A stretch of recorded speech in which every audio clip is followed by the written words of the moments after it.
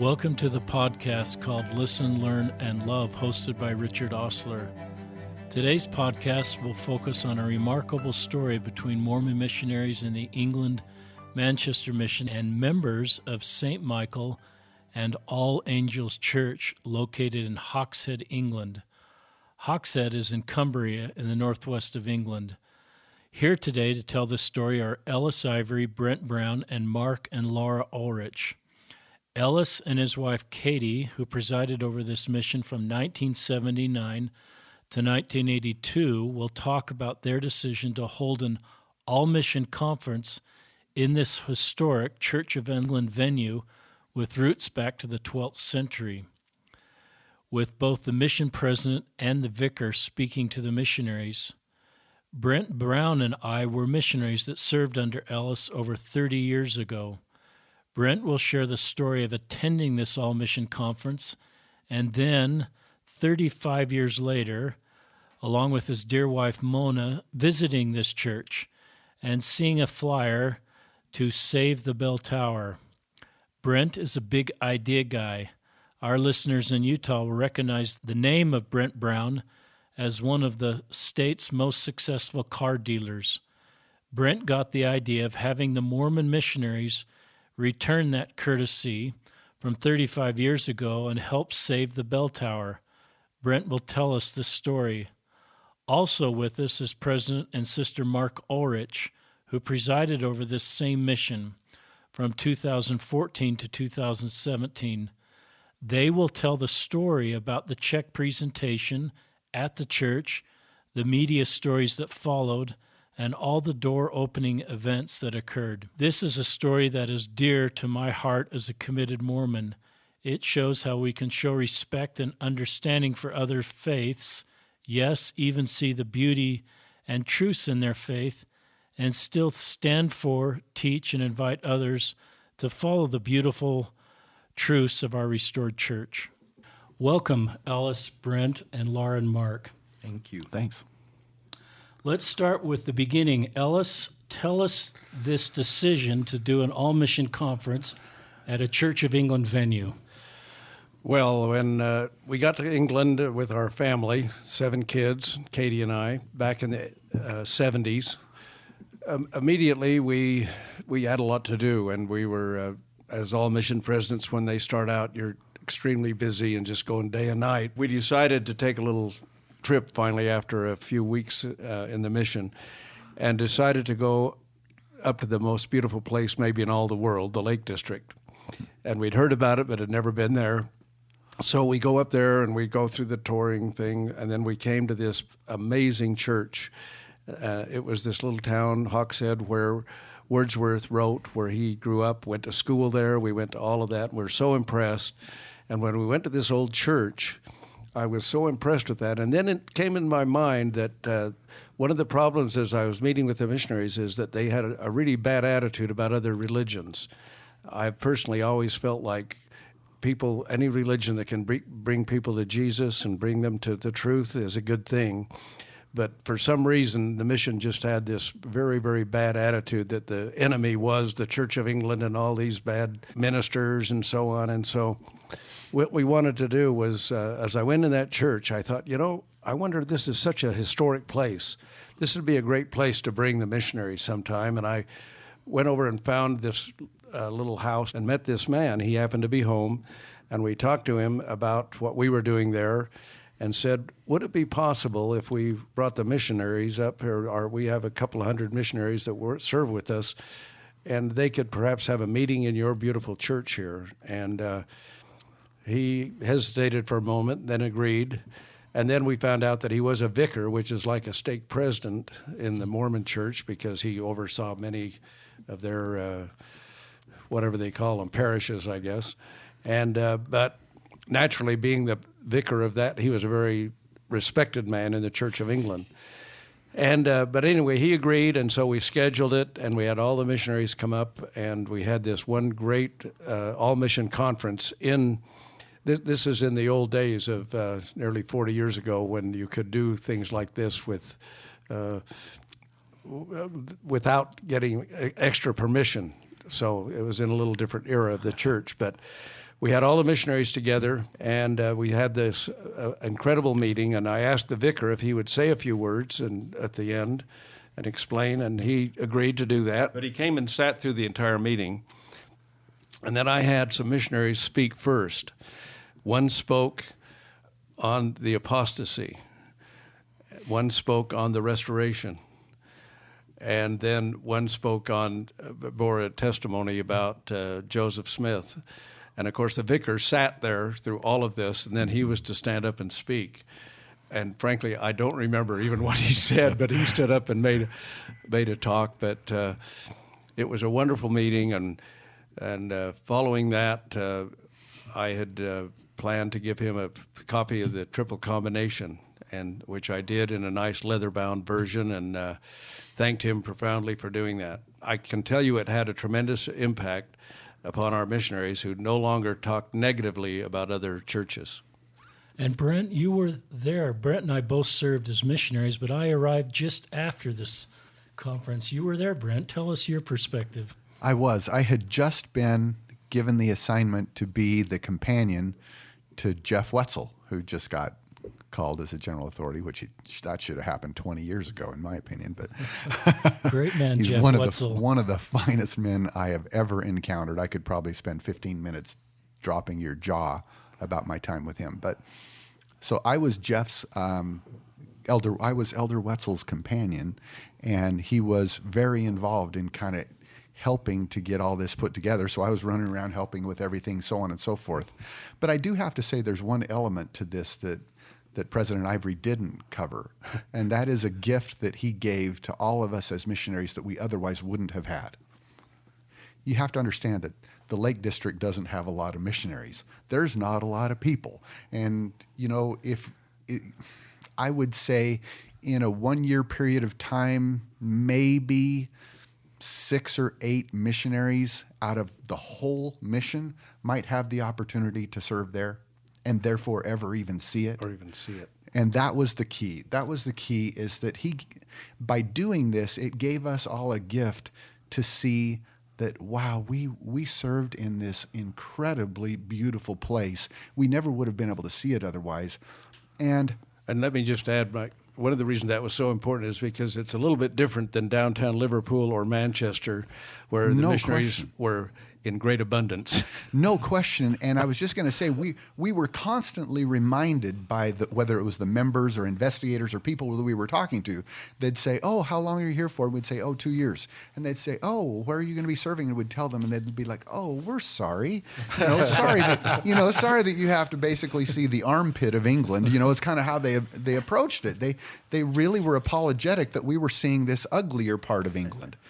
And so for President Ivory to be able to get us all on these luxury coaches and take us all up to the Lake District, it wasn't just the meeting at Hawkshead Church. It was being able to then be able to come away from it and say, you know what, I really do serve in a really cool place. This is, I got to add that is interesting that Brent would pick that up, because notice in my introduction of this, I didn't bring that subject up. I frankly didn't even think of it because, we saw the Lake District. I wasn't even thinking of the missionaries feeling downtrodden because they had to be stuck in Manchester. But that's just also indicative that Brent would have the feeling to feel that. And I'm now remembering there's a reason why he was with Wetzel. So that he would straighten me up. And I would lighten him up. The soldier. Yeah, exactly. Okay. So anyway, long and short of it then is there was this incredible experience of all of us on these tour buses being able to see this beautiful Lake District and then come to this historic church. And it was kind of, when we all went outside and took that photo, it's kind of one of the iconic photos that sticks in not only my mind, but I've talked to several of the missionaries about this. It was one of the things that kind of it was one of those, wow, that was when we all got together at a cool place. Because realize, all of us getting together at a cool place, that might have been once or twice, and that was one of them. And what we're talking about, and we'll post on the social media when we post this, is a all-mission picture we're used to seeing those in the church and stake centers and outside of stake centers, but this one is outside of a Church of England, this 20th century building that later President Sister Ulrich were involved with in the Czech presentation. So it's I like that iconic historic photo. Brent, talk about, or Ellis, the culture, because your goal was to do this, was to sort of stand for our restored church and its truths and beauties, and do that without sort of demonizing or taking down another religion. Brent, did you pick up a change within the mission culture because of that? No question. Well, let's just say that it was a massive cultural change for President Ivory to arrive, and all positive. I could go on for hours about how I feel about that. It was a life changer for me and a life changer for a lot of missionaries. But with the prior president, he had a military background, and I don't think he was necessarily promoting it, but it was just a natural thing that you started to take on this thing of, we are the soldiers and they are the enemy, and there's, I certainly don't want to go out and blame our prior mission president. It's probably just a lot of missionaries assuming that that's what he would want, and assuming that that's what they should do, and that's kind of the culture I think that Ellis came into. And so for us to go up there and come into their house, and have them speak to us, and that kind of thing, it was a real game changer. I remember it as such a significant day because it was a day of realizing and appreciating the beauty of where you were fortunate enough to serve, but then also realizing, these people aren't maybe so bad as we might have thought. They're not all out there starving and dying of thirst. They're doing okay, but we just need to come and help them to find out, that there's maybe more that they could experience in their life. Talk about, obviously, as missionaries, we're inviting people to come under Christ and join our restored church. Ellis or Brent, talk about the change in the number of baptisms that occurred as this culture change. So in some ways, we're being kinder to other religions. Is that helping our baptism efforts or hurting our baptism efforts? Well, first of all, you got to begin with, and I'm sure it's even maybe worse today, but they told us that the average church attendance at the Church of England was 3% on a regular Sunday. Quite a few more would come on Easter or Christmas, but that 50 weeks of the year, 3% attendance. So even though the Church of England was respected as the church in all of the UK, still it wasn't like it meant a great deal to the people. And therefore, when we were coming with our message, it was not only a welcome message of the restoration, but it was also the bonding together of people. And that became a very, very important factor as the members would love and accept the people in and be good Latter-day Saints. That was totally key where it went from there. I know my perspective arriving with only this culture to know of, unlike Brent, who had an experience of different cultures, I felt just brotherhood with my fellow England countrymen as I talked to them about our restored church. And you taught us to learn to teach the beauties of a restored church and invite people to join that church and see in a very positive, healthy way. There was no sort of demonizing or no pulling down or no negative feeling. And I thought that was really helpful and actually more helpful in the long run to bring people into the church. I've got to add that in addition to the problem with the other churches, there was also not a good feeling between the members and the missionaries, because there was a lot of the member leaders particularly who just didn't want to see new problems come into the church. And while the mission was baptizing, I think in those days about maybe 40 a month, they weren't welcomed in, and that was just like, well, first thing they're baptizing somebody, and the next week they're smoking. And of course, so there's a lot of members who are raised in the church that are smoking, but they would be there wasn't a good feeling among the members and the missionaries during that era too. And that was a very important thing to change from that time. Brent, I think you could speak to that. Didn't you see that difference? Because I remember when I arrived, I remember asking the question, so what, because I was trying to establish, I guess, what my expectations should be. I think that's probably just natural for me. And I remember asking, so what should I expect, in terms of baptisms? And I said, I understand it's not all about that, but I just kind of want to know, what am I trying to accomplish here? And I remember being told, well, the typical missionary will baptize roughly 7 people during the 2 years. I thought, okay, well, that's not going to happen very often then.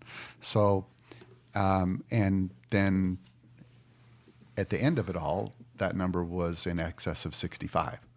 And so coming in with an expectation of having 7 people come into the church and then leaving with having had 67, I think, somewhere in there, coming to the church. It was just a vast difference. And when I was serving as President Ivory's assistant, the conversations that we would have of talking about these milestones and really trying to be careful that we didn't get, that it wasn't just numbers, but trying to make sure that we were at the same time moving a group of people's vision forward.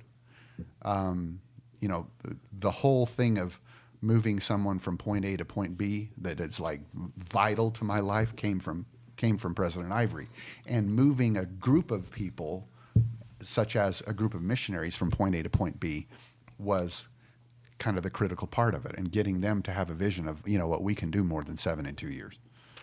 And as Brent and I know, and our listeners, it's obviously Brent and I are in our mid-50s, and to be sitting across from our mission president 35 years later is very unusual. I remember going to a zone conference, and we happened, as an aside, celebrated President Ivory's 40th birthday, and I thought, Brent, everybody, all mission presidents turn 40 while they're mission presidents. Yeah. And it wasn't until I got back that I realized how unusual this experience is. And I think there's been 10 or 12 mission presidents between President Ivory, who's sitting here, and President Ulrich, who's sitting here. So it's wonderful to have Ellis with us and his perspective, and we sure enjoyed having him as our mission president, and the youth and vigor that he brought. So we all leave our mission. We all go home and go on our way. And then Brent is visiting the Lake District with his wife, Mona. Just talk to us why you wanted to go up there and was it hard to find this church? And just tell us the story of refinding Hawkshead Church. So our dealership was in a competition. It's a Toyota dealership, and we were in a competition with a bunch of other dealerships from around the country for this really nice trip that took you to Amsterdam for the first half of the trip and then to London for the second half of the trip. And I thought, this was my wife's first time to England. And I thought, if we're going to be that close, I'm going to take some time and go up. So I contacted the people with Toyota's travel department and said, look, do you have a problem if I extend for roughly a week after the end of this and then fly home? And they said, no, we can do that. And so I booked a bed and breakfast thing up in the Lake District and thought, okay, I'm gonna kind of show her around and make sure that she gets the whole feeling. And clearly, one of the most important things to me was to go to the Hawkshead Church. That picture has stood out in my mind. Just it's one, when I think of my mission, it's one of the things I think of. I think of that. But so I took on this one day we left, found Hawkshead, and then found the church and brought my wife up. And I remember saying, we're standing out there in the middle of the cemetery, which, interestingly enough, that's where that photo was taken. We're standing in the middle of a bunch of graves, headstones, which I don't think I ever realized until I had gone back. But I said, yeah, this is where we all were. This was something really, really important to us. And I described it to her, and she could tell that it was important to me. And she said, you know what? I think I want to take a picture of you just standing here. And so there's a picture of me standing in where all the missionaries were standing. And then I said, I've got to go inside. And I went inside, and that's when I found the flyer, just as you went in the door, saying that they were trying to raise money. And it stopped me in my tracks, to be quite honest. I'm not one that's always out trying to, do this cause or that cause. And quite frankly, I stay pretty focused on children's education causes. And so this wouldn't really fall into what I would typically do. But I saw it and I thought, what a great opportunity to return the favor. And initially, I thought there's got to be enough successful ex-Manchester missionaries that could probably pull this off. On the flyer, it said they were trying to raise 70,000 pounds, and my initial thoughts were, all right, we can do that, and that's what I was setting out to try to accomplish. You probably remember you were one of my first phone calls of saying, okay, I've got this idea, but I need your help in being able to broadcast it out, and get it out to everybody. But my initial thought was that we would get X amount of those who had been well blessed since the mission and then be able to pull it off. But it was really important to me that we put the opportunity out to every missionary that had served.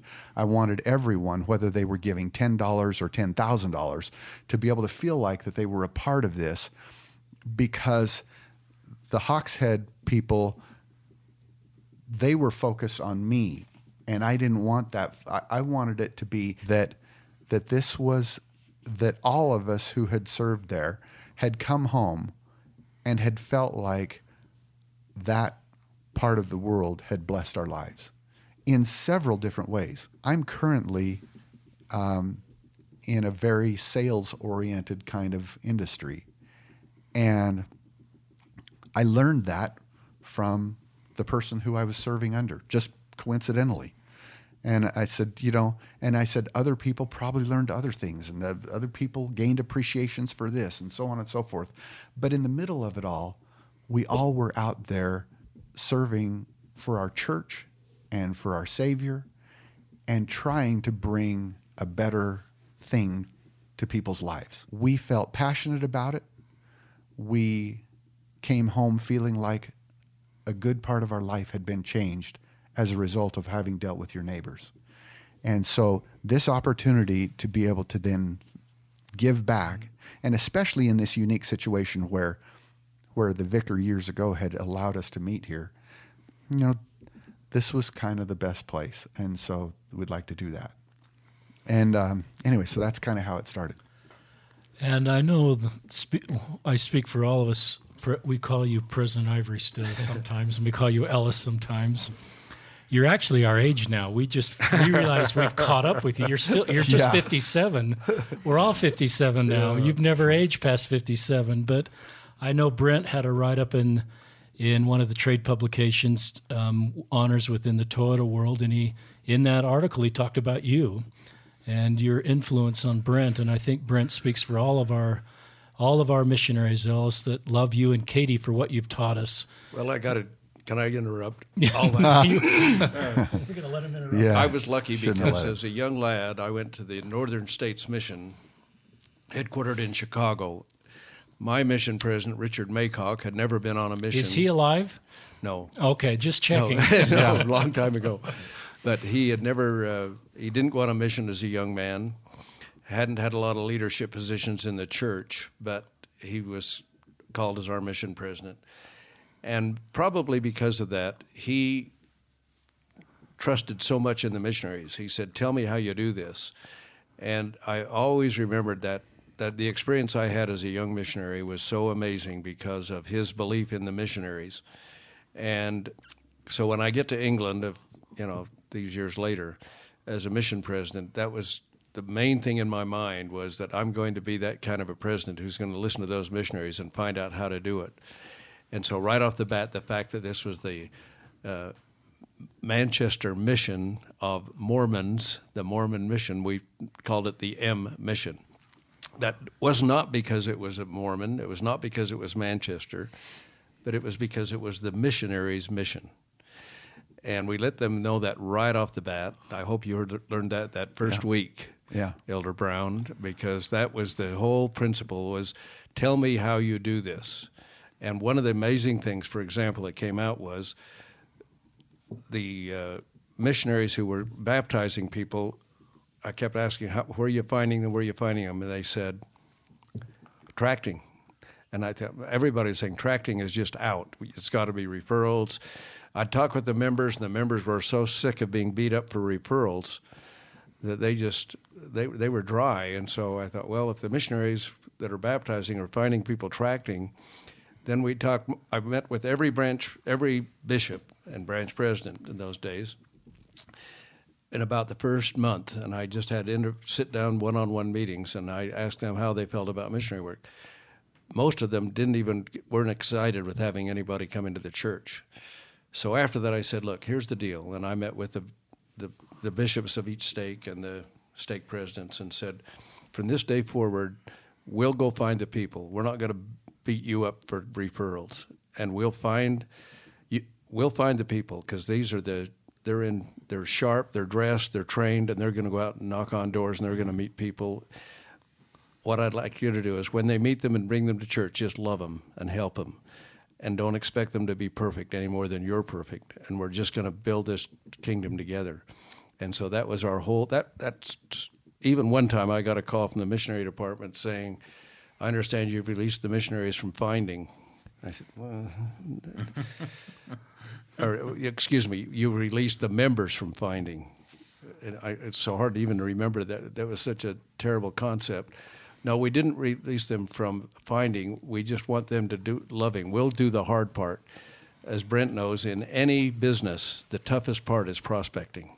It's getting those people to buy the car or buy the house or buy whatever you're selling. Right, Mark? Yes. Finding those people. And then once you find them, it's how do you treat them? And I listen to Elder Brown's ads these days where he's talking about this, getting the great award because you treat people better than anybody around. That's why he bends over backwards to make sure they're really happy. You know, it makes people come in the door, but more importantly, it makes them, when they're there, he's trained all of his people to help the people. And that's what happened, and that really happened because the members then, when an investigator would come to church, man, the members just loved him and helped him, and that's what built it. I love that. It's a great framework for every local leader listening or every member listening to this podcast. The framework that you share, President Ivory, that is so healthy for our congregations, as so many of our members may not feel completely welcome and the need to love them. I want to shift to the Ulriches. You're really busy mission presidents, and suddenly tell us how you first became aware of Hawkshead and this effort. The thing that impressed me the most is how the Spirit has directed this whole thing. It's been like a puzzle being put together by the Lord, and to see great things happen and to be involved as part of this has blessed our lives. And when you hear the rest of this story, it's incredible. It's absolutely incredible. Sister Ulrich and I were involved a lot in donating in behalf of the church. So when Nicholas Craig Reed called one day, and he is the multi-stake director of public affairs in the Manchester mission area, he called one day and said, would you like to be involved in another meeting with someone of another faith? And we said, would be happy to. And he said, well, let me tell you a little bit about the story in the background, and you have just heard that from Brent Brown and Ellis Ivory, so I won't get into that. But he said they have collected 15,000 pounds, and they would like to donate this to the St. Michael's and All Angels Church. And Ellis and Brent were going to come and do the presentation, but something has come up that neither one of them will be able to attend, and we would like you to do the presentation. And we said we would be honored to. And he says this will be in June, and would like to have you be prepared for that. And so we got prepared to go up there. We'd never been to Hawkshead before in our full 3 years that we were there. Wow. This was the first time. So this was June 15th when the presentation of 2017. In your last month, then. This is your last month. Yeah. Mm-hmm. This was our last month. So as Brother Reed kept calling and we were communicating, he said, let's make this a good occasion. They're going to have their congregation there, and the British pageant was going to be here in 2 months. It would be the first week of August 2017, so we'll have 6 of those singers that were going to be in the pageant. They will be there. And why don't you bring some missionaries? And I said, of course, we would be doing that. And Kendall is in our mission, And we have a small branch there, and we had 2 missionaries serving, and they're the closest to that Lake District, so we wanted them to come. Now, little did we know the importance of what was going to go on. We didn't know anything about BBC broadcasting. We did not know anything about Cumbria Radio being there. We thought this was just, we're going to meet with them, present this check, and that was all. Well, I want Sister Ulrich to tell what happened as we drove up to the church.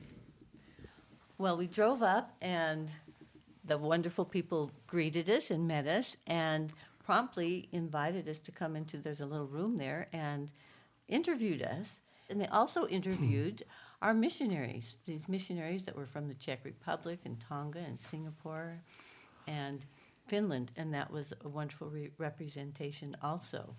So this kind of caught us off guard, but it was a wonderful experience, and that was before the presentation started. So now the one thing we need to say is that we told the elders, this is a great missionary opportunity. We're going to take so many Books of Mormon with us, and we are going to flood this community. And so great. we all came prepared with pass-along cards, with Books of Mormon and brochures. And so as we meet with John Dixon, the vicar of the St. Michael's Parish, he was very kind, and we met with Don, and they had their congregation there, and they were dressed in their casual clothes. But before we did the presentation and had a formal meeting, I gave a Book of Mormon to the vicar and asked him if he'd read it, and he said he would. We were all out. The missionaries were giving Books of Mormon to everyone, and they were accepting them, which was interesting because the normal would be, we're not interested, thank you, but no thanks. But everyone was embracing that, including the vicar.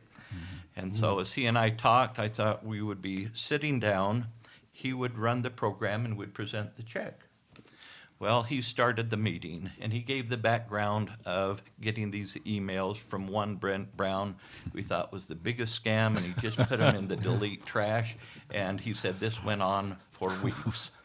Until finally Don, his secretary, or the secretary of the parish, said, you know, this is the real thing. Don't discard those.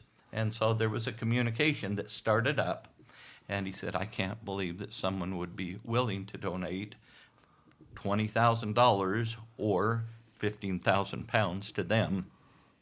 And so he started giving this presentation. Now, in this congregation, you have Sister Ulrich and myself with 4 missionaries. We had the Kendall branch president with a few members, and then 6 members from the cast of the British pageant. We're all sitting there among them. And as he gives maybe a 5 to 7 minute introduction, he says, now I would like to turn the time over to President Ulrich. Well, no one had ever told me that he was going to do this, and so I was grateful for that. And you've got BBC here and all this media BBC, here. yeah, this is rolling, Cumbria Radio, all this is going on, and right inside the church house. And so I started off by reading a letter from Brent Brown that set a good atmosphere, and it was very nice. And then we talked to them about respecting one another's belief and that this country was God's country and it was like heaven on earth. And we talked about how God is very mindful of his children, and we are all his children, sons and daughters. We are the same family, and how blessed we are to be in this land at this time. And then I told them about the missionaries coming to England in 1837, and Heber and the missionaries coming through this land. And as I was giving so-called the historical background of the saints in England, as I was coming to the end, the Spirit said, stop, you bear your testimony. And all of a sudden, I prompted, he did those promptings, and as I was bearing my testimony about the restored gospel, the Spirit just felt the whole church. It changed, the whole atmosphere just changed. And I saw these older people with tears in their eyes. And then we sang 2 2 hymns that were out of their hymn books. They opened up their hymn books, How Great Thou Art. And as we sang, we had these 6 members of the British pageant cast there, us and the missionaries singing. And as their congregation were singing, tears were coming down their cheeks. And after the singing, I said, I would like to extend an invitation. As missionaries, I say, always do not leave any meeting without extending an invitation. And we would like to invite you to come to a British pageant that talks about the history of the missionaries coming to this beautiful land and your part that you had in this mission here. And one of the sisters raised her hand. We're all going to go. We're going to hire a bus and we're going to be there. I'm, yes.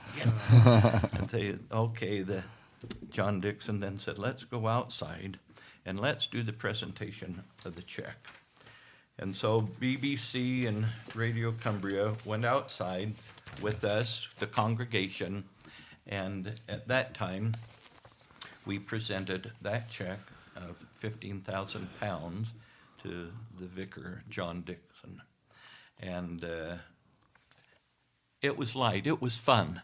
And we were laughing and they were laughing, and you could tell there was no contention, that there was good feelings among their community, and it was the community, not just the parish, but the whole community and us.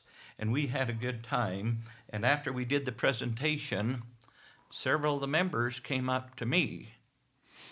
Now, his members, not our members, his congregation came up to me and said, could we go back in?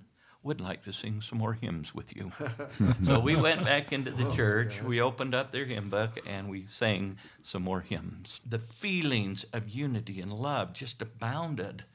And the beautiful thing is, afterwards, Reverend Dixon and myself are standing there, and I said, do you remember back in 1979, the vicar allowed the missionaries to come?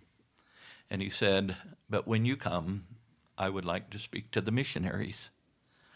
I said, wouldn't it be great to reenact that perhaps I could come up to your meeting and I could speak to your congregation? And he looked down for a minute and he said, well, I could probably do that. I could probably give you 5 minutes. And I shook my head. And he said, what? I said, I need a lot more time than that. So he said, why don't I give you my time? Wow. So you take your time and my time. As you know, they have a set format. So this is unusual. We go there Sunday, and we're going to talk to these people for 15 minutes that's totally outside their program. And then he paused. And he said, you know what? I have another congregation down in Satterwhite. And would you like to preach there? Wow. I said, would we? We will be there.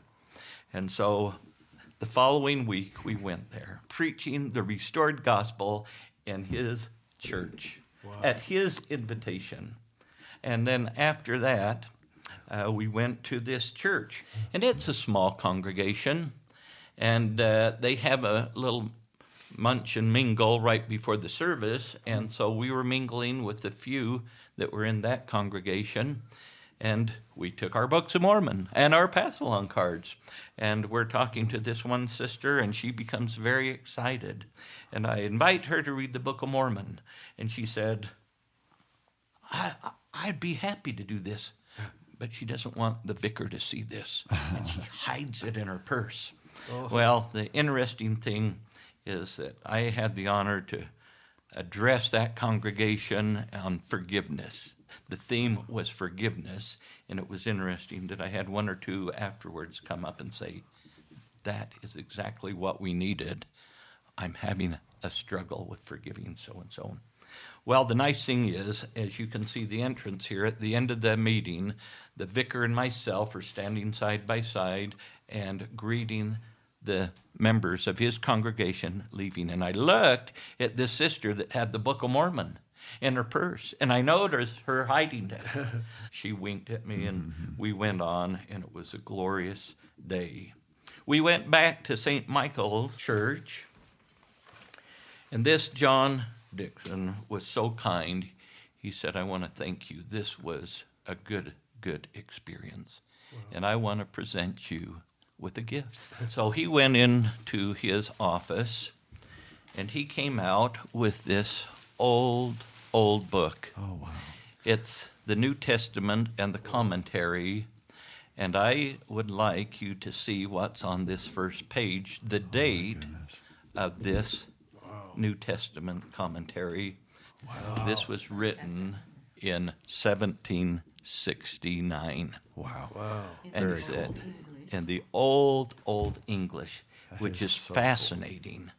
And he said, because of this experience, I would like you to have this. And Sister Ulrich, would you read what the vicar wrote inside?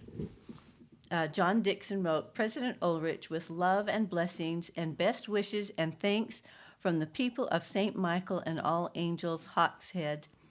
And then he put Reverend John Dixon, Cumbria, England, June 2017. Real That's a treasure. treasure for sure. I don't think it can be overstated the fact that this was now being given from a Christian to a fellow Christian. Yeah. You see, during most of our mission, we weren't considered fellow Christians. Mm-hmm. And man, this just warms my heart like I can't tell you, because I've never heard any of this. I did the first part and passed the baton, and just knew that the right thing would happen. But the significance of this, I hope you can see that they didn't consider us as Christians. They considered us as a cult, a sect, a different thing. These Americans that came over. Yeah. I was going to say it earlier, but prior to President Ivory arriving, we had just come out of what I'll call the Joyce McKinney attack. There had been a real scandalous thing take place down in London with a Mormon missionary and a lady named Joyce McKinney, and we were on the front page of the newspaper for 28 days, and even to the point where we had to an announcement came out from the mission president that we had to be with our laundry as it was getting laundered. In other words, we couldn't put it into the dryer or the washing machine and then go down and do our grocery shopping while it was being cleaned, because everybody was trying to steal our garments so that they could take pictures of them and get on the front page of the newspaper wearing them, and so on and so forth. We were under full attack because we were this weird cult. The significance of this is so important, in my opinion, because it's now a leader of their church giving you something that as a fellow Christian you would appreciate. That is just amazing. And we've got just a few more minutes left, and I know President Ulrich has a thought, but Ellis, you go back to driving up to Hawkshead 30 plus years ago. I was going to say it's and too now bad. You're seeing the rest of this story. What are your thoughts? It's too bad that the Ulriches did get up to Hawkshead earlier than the last month of your mission. Yeah. You remember I said I went up there the first weeks we were there. But anyway, all joking aside, I think that one of the things we talked to the members about, I said, at that time, there was about 120,000 Mormons in all of England. I said, in order for us to have the same respect for the church that we have in America, we've got to get more members. We've got to build this, and we got to send out more missionaries. And that was one of the things we really worked hard on, was the idea, for example, if a young man happened to go on a mission, hardly anybody in our mission, there were practically no return missionaries. When I got there, we had 3 stake presidents, C's, and 25 bishoprics. Not one of them, except for Martin Cook, had been on a mission. He was the only return missionary. And I said, we've got to start getting missionaries going. In order to do that, we got to have more members. So instead of 120,000 people in Britain, we need to have 1 million.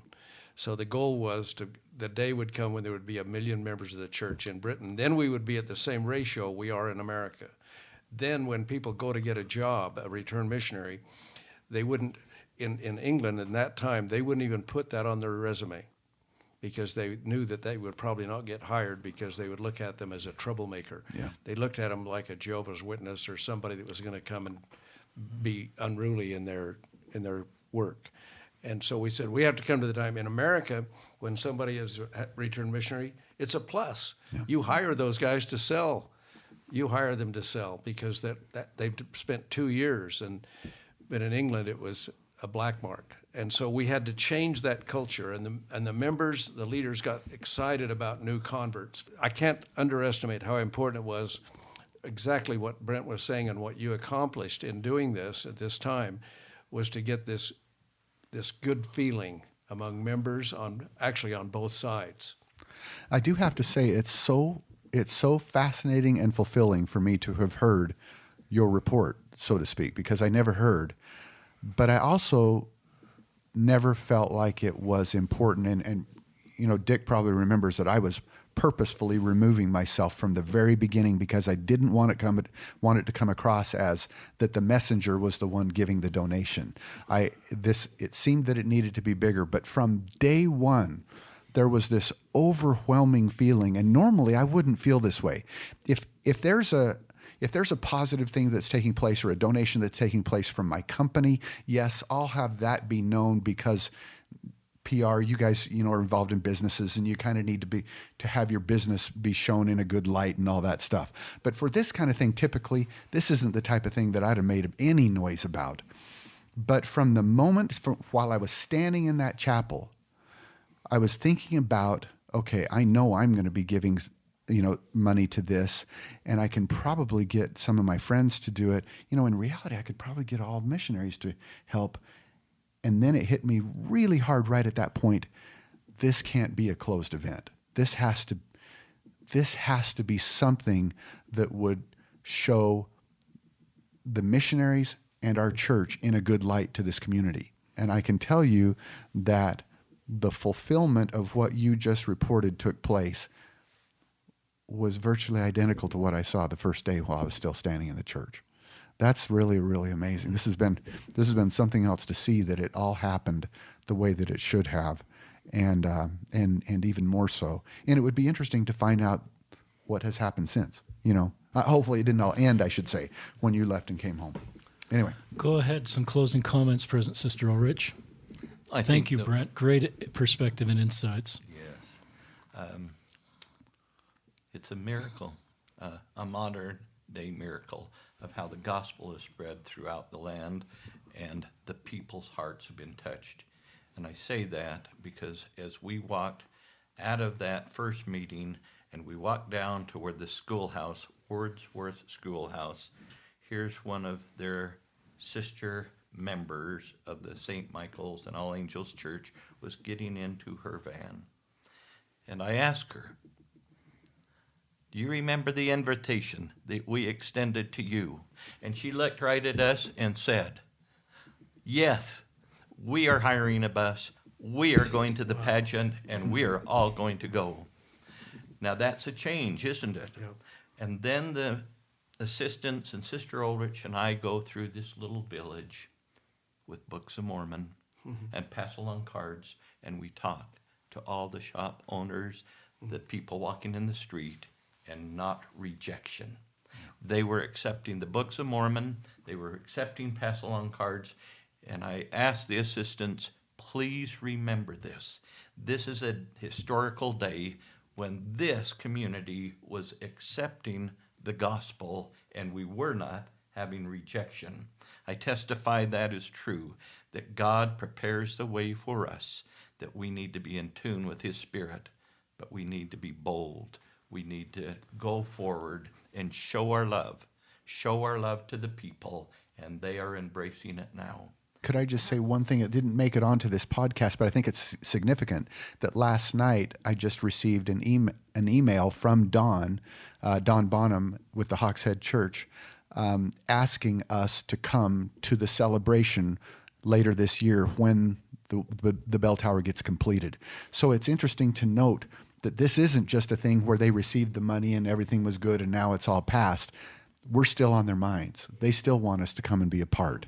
And so I think that's a significant part that didn't make it onto this, and I wanted to make sure we got that.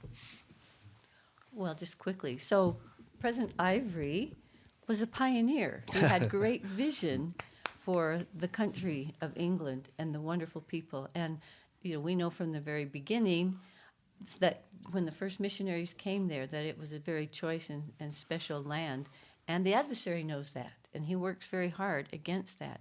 And you could see that great vision that you had and worked hard for it. And then you carried it on, and we were able to. So we're all part of that. So we're all just part of carrying the gospel of Jesus Christ and bringing us all together as one people throughout the world, because our mission really was, we could see a worldwide mission. And it was such an honor to be a part of it and be a part of this legacy that you began. Amen. We're going to give Ellis the closing thought, but and just because he needs to go to the temple. He's the temple sealer, and his shift is starting shortly. He actually walked in this podcast with white socks, because that's what you need at the temple. And he looks great in white socks. But I'm just struck with the direction of the church right now towards ministering to the one and the need to be creative. And I hope this podcast brings thoughtful ideas into local leaders and our members of how we can creatively and maybe at times think outside the dots to reach the one. Brent and Ellis and the Ulriches have done that in this example. And more people are closer to Christ, and more people are part of a restored church from it. So I hope this podcast creates some ideas and thoughts as we're trying to do better to reach out to people of other faiths and people of our own faith who have stepped away and invite them to come back. And I love the way you talk about the congregation, Ellis, being something that's healthy and safe for everybody. But let's not to mention how many successful missionaries who have served all over the world could 10 or 15 or 20 years later go back and do something significant. Yeah.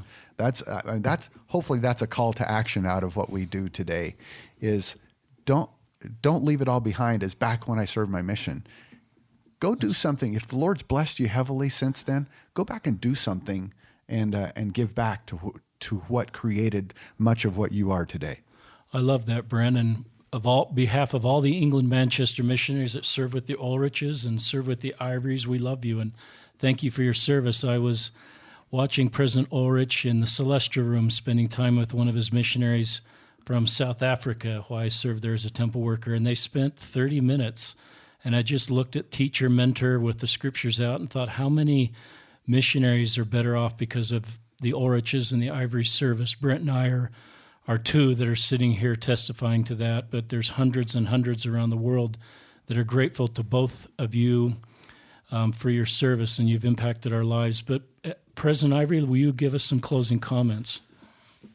Well, I would only say thanks for putting this together. This is not unusual for Dick Ostler to be doing something like this. He is a very, very, very unique member of the church, and with his love for all people and the principles that you, Ulrich, spoke of and that is represented by this beautiful book are really the best thing I can say. It's epitomized by these two men. These are two men that I'm looking at that I'm so proud of in their lives, and frankly, it wasn't just a joke that this was the missionaries' mission.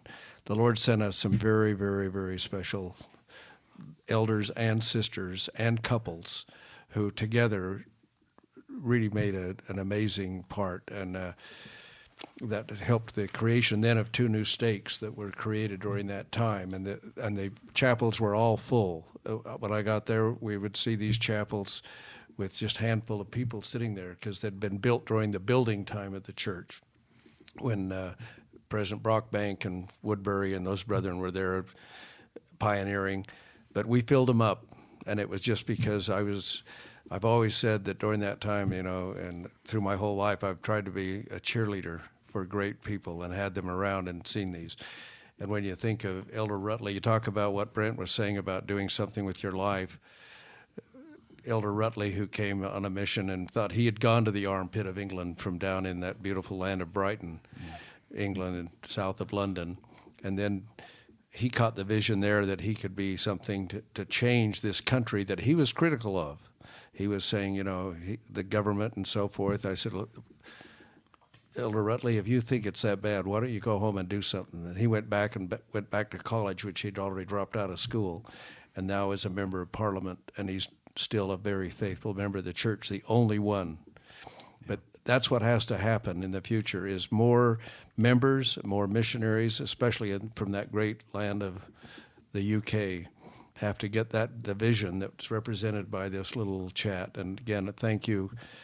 It's not unusual that we're in Dick Ostler's house and that he's the one that put this thing together, that we would do this because he loves the Lord, and it just shows through everything that he does. So thanks for being such great examples. I'm still cheering for you. Thanks. Thank you, everybody. We're grateful to have had President and Sister Ulrich here, Brent Brown, and President Ellis Ivory. I'm grateful for this podcast that teaches us how we can understand the beauties and good in all of humanity as we walk this road together. Thanks for joining us.